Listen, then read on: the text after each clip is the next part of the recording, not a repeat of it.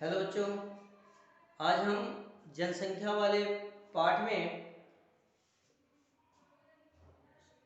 जो उसके second video को लेकर उपस्थित हूँ, जिसमें हम आज जनसंख्या घनत्व के बारे में पढ़ेंगे। जनसंख्या घनत्व क्या है? जनसंख्या के बारे में मैंने आपको बताया कि एक निश्चित जगह पर रहने वाले लोगों के समूह को जनसंख्या कहते हैं।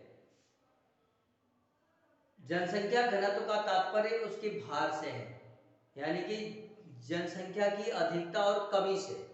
जनसंख्या की अधिकता और कमी का जो औसत निकाला जाता है, उस औसत को ही जनसंख्या घनत्व कहते हैं। अर्थात इसका जो हम मापन करते हैं प्रति 1 किलोमीटर पे रहने वाले लोगों की संख्या को, यानी कुल जनसंख्या को हम क्षेत्रफल से डिवाइड कर देते हैं, तो हमारा जनसंख्या घनत्व निकल के आता है।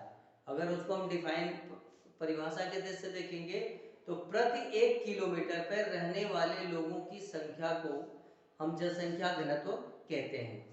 अब जनसंख्या का जो वितरण है भारत में, आपने देखा होगा कि जैसे उत्तर प्रदेश में सबसे ज्यादा जनसंख्या है, जबकि वहीं आपका सिक्किम है, सिक्किम में सबसे कम जनसंख्या है। आखिर यह डिफरेंस क्यों है? इसके पीछे कोई ना कोई कारण होगा, जिसके कारण जनसंख्या का विस्तार भार कहीं ज्यादा है और जनसंख्या का भार कहीं पर कम है। यह जो वितरण है, जो यह असमानता है, उसके पीछे क्या क्या कारण है?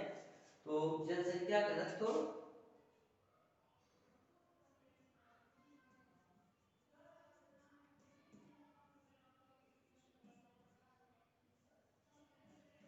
में असमानता के कारण,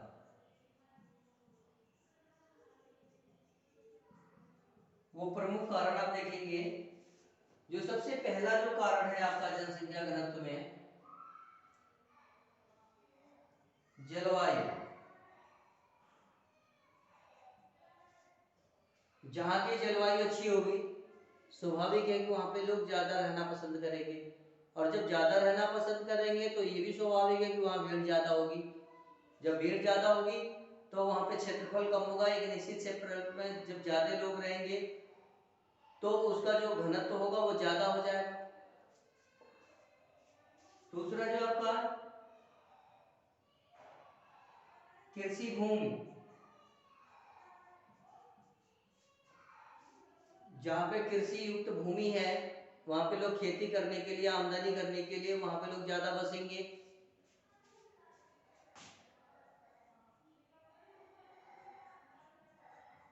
तापमान, तापमान भी इस पर निर्भर करता है। जहाँ पे टेम्परेचर ज्यादा होता है, कहीं पे टेम्परेचर कम होता है, इन दोनों जगहों पर लोग कम रहते हैं। धरातली स्वरूप,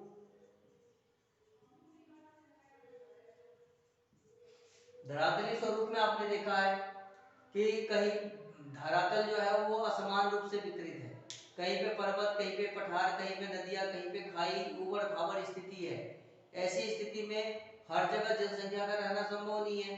तो जो प्लेन एरिया है, मैदानी भाग है, वहां पे जनसंख्या का भार ज्यादा होता है। पठारी क्षेत्रों में, पहाड़ी क्षेत्रों में, रेगिस्तानी क्षेत्रों में इनपे जो होता है जनसंख्या का भार कम होता है। वो सिर्फ किसके कारण? धरातली स्वरूप के कारण।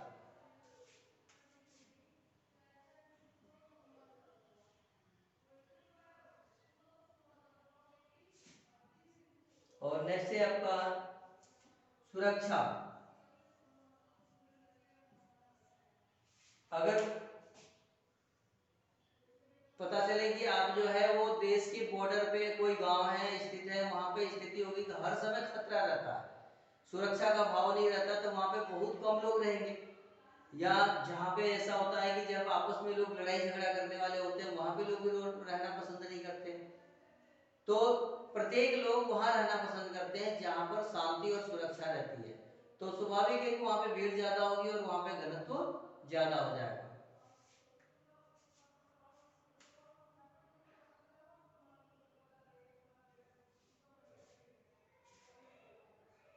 यातायात के साधन,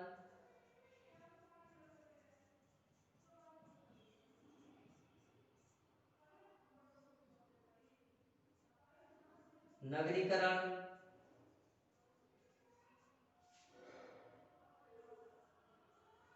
उद्योग धंधे,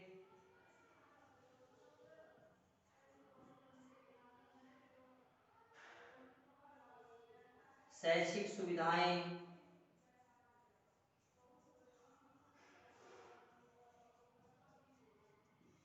ये बहुत सारे महत्वपूर्ण बिंदु हैं जो जनसंख्या को किसी स्थान विशेष पर ज्यादा से मात्रा में रहने के लिए मजबूर करते हैं और जिसके कारण जनसंख्या का घनत्व बढ़ जाता है। अब सिक्किम में मात्र 6 लाख की जनसंख्या है, जबकि सिक्किम से छोटा दिल्ली जो है वो दिल्ली में जो है आपका जो है 2 करोड़ से ऊपर जनसंख्या है। तो ये क्या है सुविधाओं की दृष्टि से वहां पे जलवायु की स्थिति ठीक है, यातायात के साधन ठीक है, शैक्षिक सुविधाएं ठीक है, वहां पे रोजगार के साधन है, एक रोजगार का साधन भी हो सकता है। तो जहाँ पे सारी सुविधाएं मिलेंगी ठीक रूप में वहां पे जनसंख्या का घनत्व ज्यादा होगा।